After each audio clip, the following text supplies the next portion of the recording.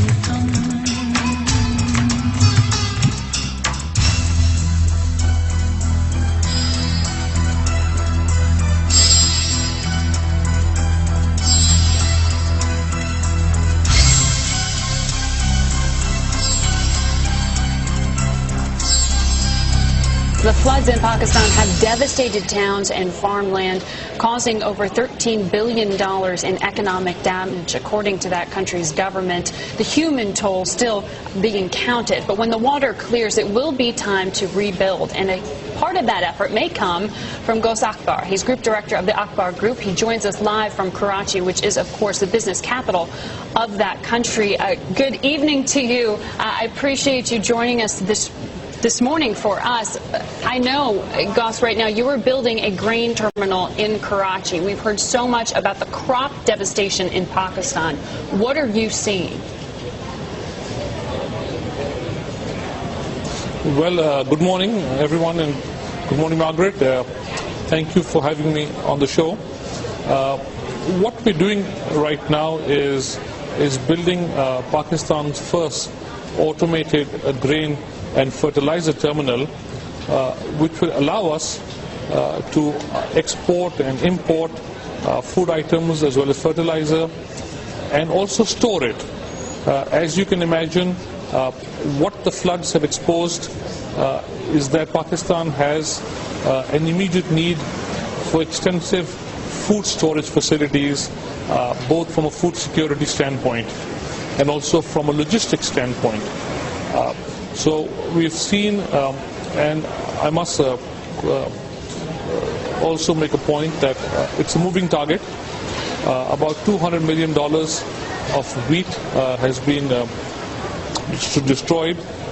We've lost the rice crop. There's been a loss of farm animals. So we've had a lot of devastation here, and the floods, the damage is still going on.